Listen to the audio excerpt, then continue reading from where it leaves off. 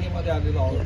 2024च्या ज्या विधानसभेच्या निवडणुका आता सध्या लागलेल्या आहेत त्या संदर्भात नागरिकांच्या मनात या निवडणुकीसंदर्भात काय आहे, मतदानाबद्दल त्यांना उत्कंठा आहे, उत्साह आहे, काय आहे त्याबद्दल आता इथे फिरायला आलेले जे नागरिक आहेत ते त्यांच्या भावना व्यक्त करतात। सर, आपल्याला काय वाटतं सध्याच्या निवडणुकीसंदर्भात? आत्ताची विधानसभा निवडणूक ही नेहमीपेक्षा खूप वेगळी आहे। त्याचं कारण असं की पूर्वी पक्ष 1-2 असायचे, फक्त सत्ताधारी आणि विरोधक। आत्ताच्या काळात सत्ताधारी 3 पक्ष आहेत, विरोधक 3 पक्ष आहेत।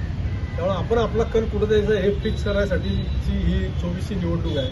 नागरिकांची कसोटी लागणार आहे उमेदवार निवडण्यासाठी, 100% लागणार आहे। कुणाला मतदान करायचं, कोण आपल्या कामाचं आहे, कोण पक्षांतर करणार नाही याची आपण खात्री शहानिशा करूनच मतदान करावं असं मी जनतेला आवाहन करतो। 100% झालं पाहिजे, पण होत नाही हेच तर आपलं दुर्दैव आहे। लोकांनी मतदानाला फार कमी महत्त्व दिलं आहे आणि महत्त्व कमी द्यायला पाहिजे। हा आपला आवाजनी जो उपक्रम राबवत आहे त्यांचं मी खरोखर अभिनंदन करतो आणि त्यांच्या या कार्याला शुभेच्छा व्यक्त करतो। आणि मतदान योग्य त्या उमेदवाराला मतदारांनी करावं आणि मतदान करण्याचं प्रत्येकाने कर्तव्य बजावलं पाहिजे। शहर हे पूर्वी विद्येचं माहेरघर होतं, त्याच्यानंतर आता औद्योगिक वसाहती वाढल्या, MIDC वाढलेलं आहे, पण IT पार्क देखील झालेलं आहे आणि वृद्धांचं मत किंवा संख्या ही सुद्धा जास्त आहे। तर या इलेक्शनमध्ये वृद्ध लोकांनी काय ठरवलं? सगळ्यांनी आता मतदान करण्याचं ठरवलेलं आहे।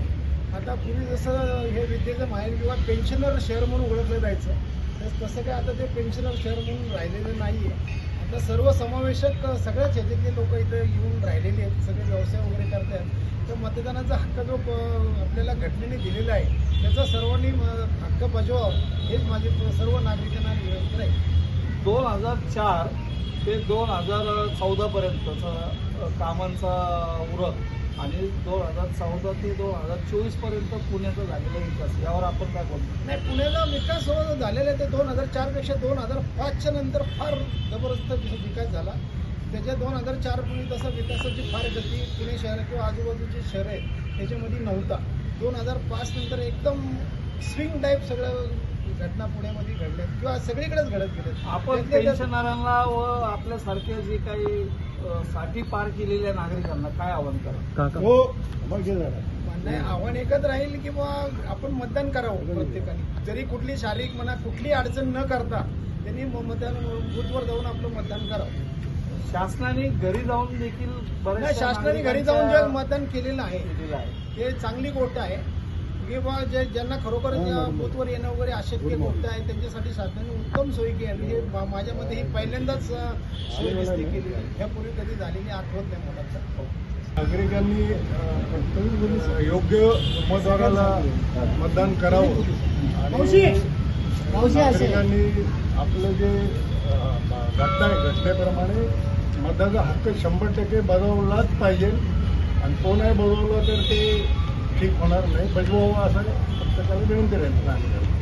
अनेक मतदारसंघांमध्ये बंडखोरे झालेले आहेत, त्यामुळं आपल्याला उमेदवार निवडताना आपण कशा पद्धतीने उमेदवार निवडणार आहे? बंडखोरांना त्यांना धडा मिळाला पाहिजे, कारण लोकांनी ज्या पद्धतीने तो उमेदवार निवडलेला आहे, लोकांच्या भावना दुखून तुम्ही आपल्या स्वार्थासाठी दुसऱ्या पक्षात जाताय, तर लोकांचे प्रश्न सोडवण्यापेक्षा एकमेकांचे उकाळे जास्त काढलेला दिसतात। आता अशा हरमखोरांना धाडा शिकवला पाहिजे। आपल्याला काम करणारा उमेदवार हवा आहे की जे लोकशाहीमध्ये आता किंवा हा या गटामध्ये जा, तो त्या गटामध्ये जा, त्याच्यामुळं सध्या लोकांना फार त्रास होतो। हे जे कामं आहेत ते कामं बाजूला राहिले। 2000 म्हणजे आपले जास्त 2019 नंतर कोरोनानंतर जे झाले त्याच्यानंतर तर राजकारण सगळं वेगळंच झालं। मेट्रोमधून प्रवास केला आपण? मेट्रोमध्ये प्रवास करायला हा फार वेळ लागतो, अजून आपलं पूर्ण मेट्रोचं जाळं पूर्ण झालेलं नाही, त्यामुळे काय मेट्रोतून प्रवास करणं आता तरी शक्य नाही लोकांना। जो झाला आहे त्याच्यामधून उत्कंठेपोटी तरी आपण प्रवास केला नाही। उत्कंठेपोटी काय होतं की तेवढा वेळ आता आपल्याकडे नाही आणि मेट्रो जाळं पूर्ण नाही आहे की ज्या ठिकाणी जायचं म्हणजे आपल्याला इतर वेळी आपण बसली तर अर्धा पोहोचू शकतो, पण मेट्रोने जायचं म्हणजे त्याला 1 तास लागतो। ओके, आपण समाधानी आहात विकासाबद्दल का कसं? विकासाबद्दल समाधानी आहे, डेव्हलपमेंट आहे, पण जे पूर्वी जी डेव्हलपमेंट होती आता फक्त राजकारण चालू आहे. आता फक्त म्हणजे हे नाही इकडे या गटात जायचं त्यांनी त्या गटात जायचं. तरुणांनी काय ठरवलं या इलेक्शनच्या संदर्भात? तरुणांनी एवढं ठरवलं की जो विकास करेल किंवा जे गटबाजी चालली ते थांबली पाहिजे. त्या पद्धतीने पुणे शहरातल्या कोणत्या विधानसभेमध्ये आपण राहिला आहात? मी हडपसर विधानसभा मतदारसंघ. हडपसरकरांनी काय ठरवलं? हडपसरकरांनी आता ज्यांनी म्हणजे पवार साहेबांना जे पवार साहेब एवढं करतात ते आपले बारामतीकरांनी किंवा पवार साहेबांनी आतापर्यंत पवार साहेबांनी सगळी डेव्हलपमेंट केली. पिंपरी चिंचवड असू द्या, पुणे असू द्या, पवार साहेबांनी केलं. पण लोक असं म्हणतात की पवार साहेबांनी काय केलं. भरपूर काय पवार साहेबांमुळे डेव्हलपमेंट आहे. मगरपाटासाठी आहे, यमुनासाठी आहे, याच्यामुळं भरपूर रोजगार मिळालेला आहे, तरुणांना उपलब्ध झालेला आहे. विजन पवारांचं तरुणांना आवडलंय. पवारांचं हडपसरकरांचं मत. हो, पवारांचं विजन चांगलं आहे आणि भरपूर रोजगार उपलब्ध झालेला आहे. 100% मतदान करा. म्हणजे 50-75 वर्ष लोक तेच सांगतात, प्रत्येक नेता किंवा सामाजिक तेच सांगतात, पण लोक सुधरत नाहीत. व्हॉट्सअपवरती टाइमपास करायला लोकांना वेळ आहे, व्हॉट्सअपला सोशल मीडियावरती. पण एक वोट द्यायला आहे ज्याला 5 मिनिटं किंवा जास्तीत जास्त अर्धा तास लागतो, त्यासाठी लोकांना वेळ नाही. त्या अर्ध्यासाठी पुढचं 5 वर्ष तुमची डिपेंडन्सी आहे. आणि लोकांमध्ये जागृती होण्यासाठी नको तेवढं लोक मतं मांडतात त्याच्यावरती की याने तरी काही नाही केलं, त्याने तरी काही नाही केलं. पण आपलं एक महत्त्वाचं कर्तव्य होतं अर्ध्या तासाचं, जे फुकट आहे, ज्याला पैसे लागत नाहीत, ते आपण देत नाहीत.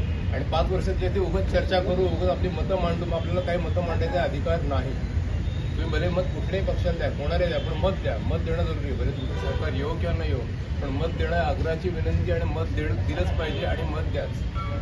आपल्याला महाविकास आघाडीला मतदान करायला आवडेल का महायुतीला करायला आवडेल? सर असं सांगणं मुश्किल आहे, पण एक जे लाडकी बहीण योजना म्हणून हा जो प्रकार आला नाही, म्हणजे माझं असं वैयक्तिकमध्ये डायरेक्ट लाच द्यायचंच काम आहे थोडक्यात. तुम्ही मतदारांना पैशाने आकर्षित करतात आणि या सगळ्या ह्याच्यात तुम्ही मिडल क्लाससाठी काय देत आहे?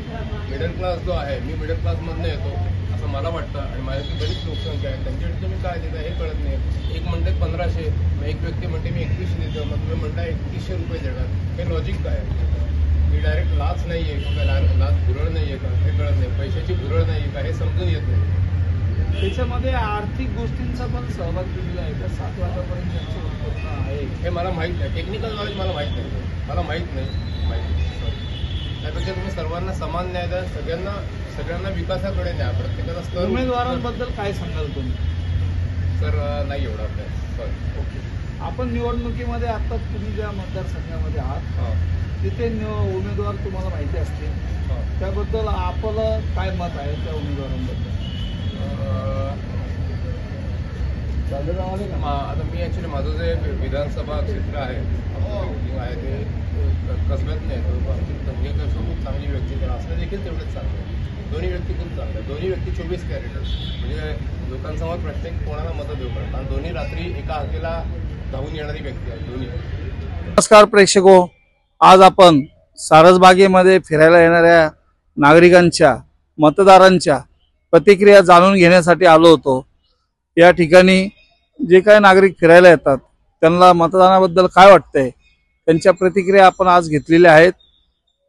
कैलास गायकवाड, आपला आवाज, पुणे.